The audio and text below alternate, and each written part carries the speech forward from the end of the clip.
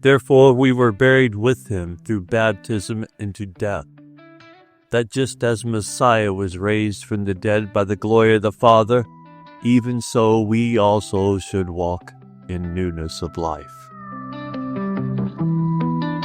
All right, let's slow down and really look at this for a minute, because this verse is one of those that a lot of believers have heard 100 times, especially around baptisms.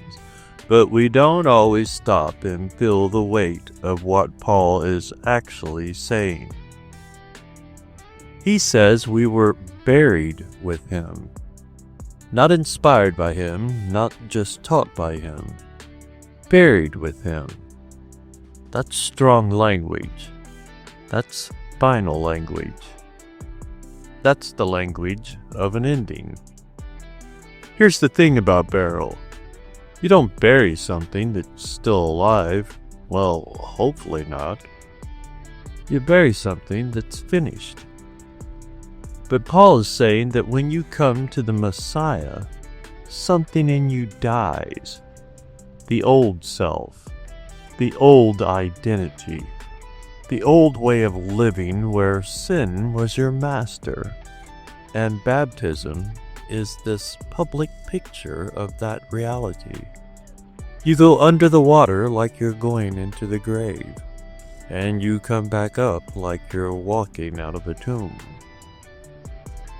Let me give you a little analogy. Imagine you had an old bike, rusted chain, bent wheel, brakes that barely work. You keep trying to fix it. I've been there. You patch it up, you tighten a bolt here and there, but the thing is just worn out. Every ride is stressful. Every hill is a struggle. At some point, the problem isn't that you need a better repair. The problem is that you need a new bike. That's what Paul is getting at. The Messiah didn't just come to patch you up.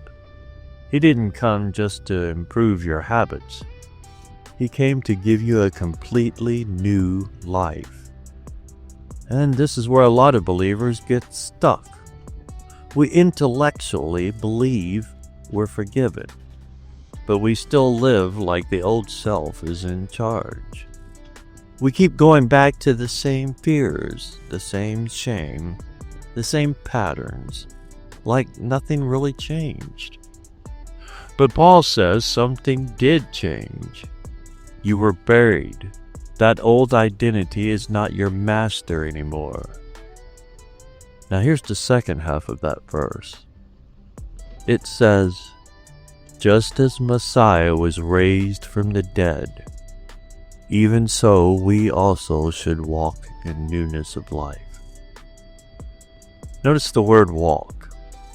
Not sprint, not perform, just walk. This new life isn't about perfection, it's about direction. It's about daily movement, one step or pedal stroke at a time, one decision at a time, one small act of obedience at a time. Think about learning to ride a bike again after an injury. At first, you're cautious, you wobble, you're unsure. But every ride builds confidence. Every mile reminds you that you're not the same as you were before. That's the life of a believer. You're learning to live in a new identity. There was a man who spent years in prison. When he was finally released, he struggled to adjust.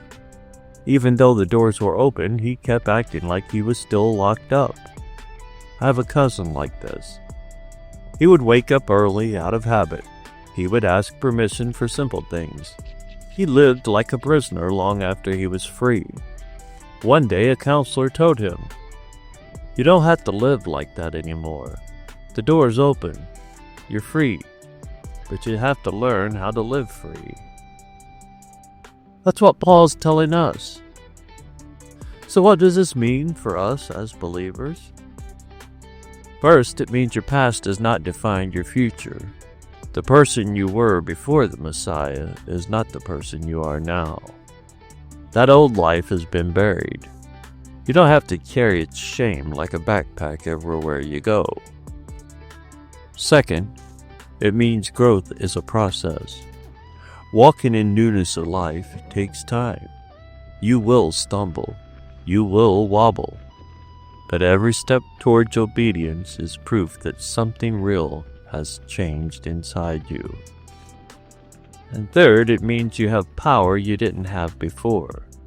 The same power that raised Yeshua from the dead is at work in you. That's not motivational language. That's a spiritual reality. You are not fighting sin alone anymore. So today, here's a simple application. Ask yourself, where am I still living like the old person? Where am I acting like I'm still chained when the door is already open? Then take one small step, one little pedal stroke in the direction of your new life. One habit, one conversation, one act of obedience.